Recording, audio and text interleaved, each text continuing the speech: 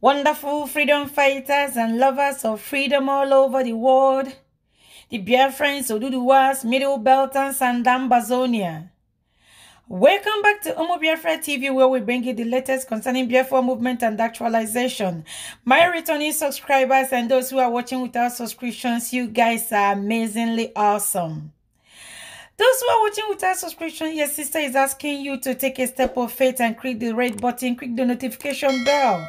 So whenever we upload, you'll be able to get notified. On each video, we tell you what to expect. On this very particular video, the Root TV is asking some people's opinion is, how can you charge somebody and you don't want to bring that person to court? You know, they are referring to our leader, Nnamdi Kanu. And some people say that Nigeria is like a place without government. Me too, I think so. How can a country have mass grave up to 50 people in a day and nobody have anything to say from the presidential villa? Let's watch and see. You cannot use gun to kill any ideology, whether bad or good. Gun can never kill ideology. If you look at the way things are happening in this country, you'll be tempted to ask if we even have a president or not. The federal government bring Kanu to court. If you are charging somebody to court, bring him to court. The stage of case, let the judiciary do their job. You can't just keep somebody behind in detention and it's time for court, you will not bring him to court. You understand me? That means you are running your own government the way you like. You are not following the judiciary. And the judge should compel federal government to produce him in court. You understand me? If we are really a country that is being led by law, let the judge compel federal government to produce Kanu in court.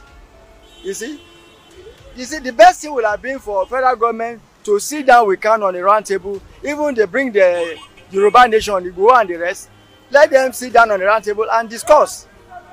You see, in the amalgamation of law, there is a clause that if after 100 years, if any part of this country want to go, they are free to go.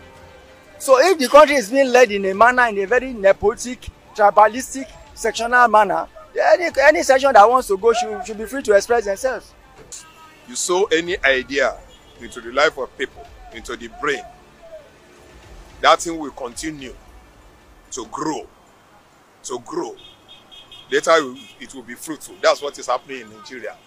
It's better for Mr. President to either to call constitutional conference or a referendum or whatsoever, so that we will discuss about this country.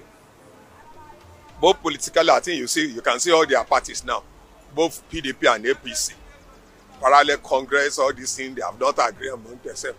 Is that how we are going to continue? Now, everything lies on Buhari. If you want this country to continue, or you want us to live in peace, or you want us to be friends, or you want us to be a family, everything is in his hand. It's better a call for dialogue. Dialogue with these people. Their nation on their own. Biafra. Yoruba nation, their nation on their own. Middle Belt, their nation on their own.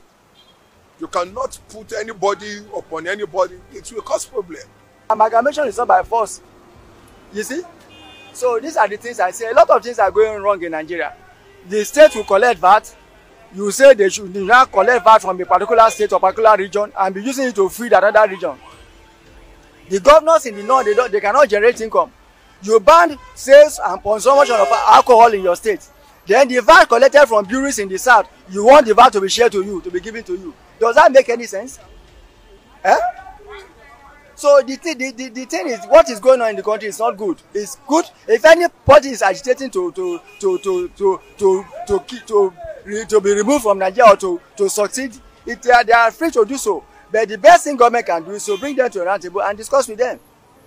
You see, the best solution in Nigeria today is restructuring. If government can restructure, that will solve all these problems. There won't be no need for secession.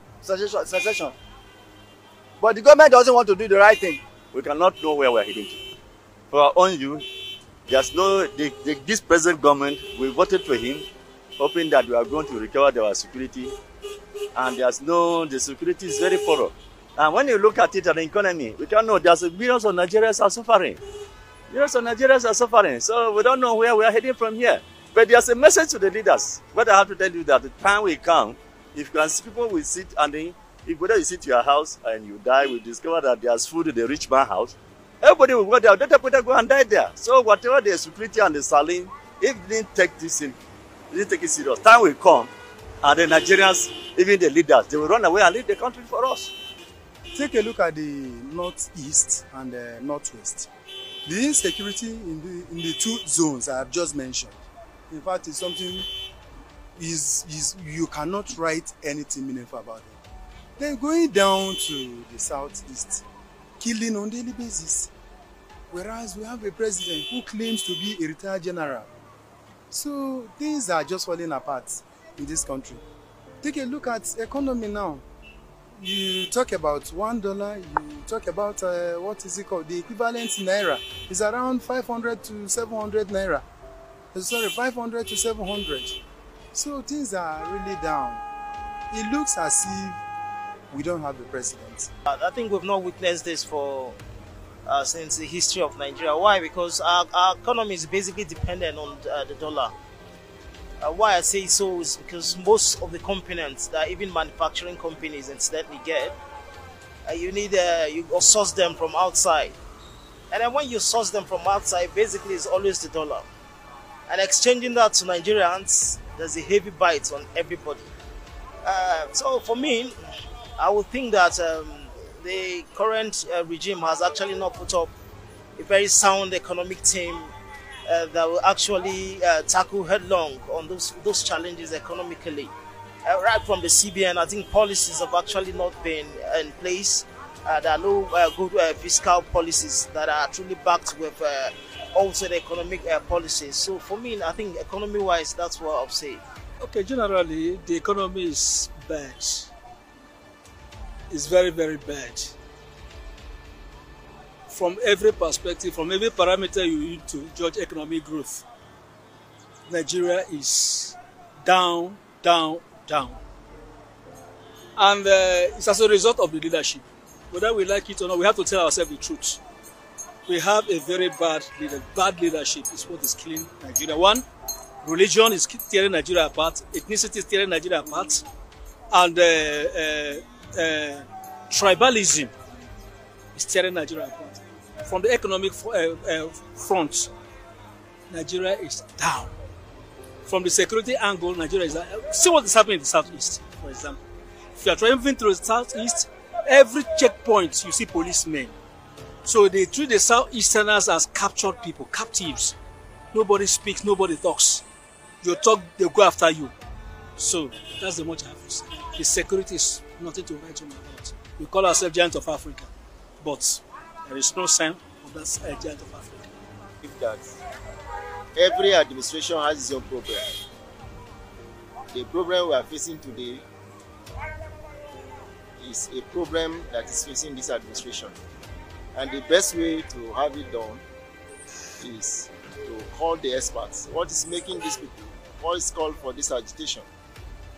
By the time the problem is addressed, the agitation will stop.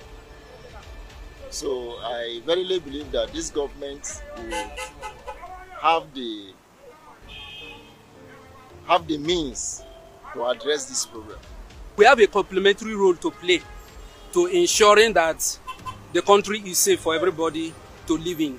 The citizens should be able to give security information, good information that can lead to situation whereby these criminals, can be arrested, taken to court. Most of the reasons why the security situation is the way it is because the criminals are right with us within the community, and members of the community are hiding these criminal elements. If we are able to give useful information to the security agencies, I think they know what to do. Authority, they have constituted a body wherein they are looking into the problem. Those that needs to be compensated, they will be compensated. But for every problem, any problem that emerges, there must and there should be a solution to it. When there is a problem, the only way out is solution. So, and I urge this country to find a solution to it.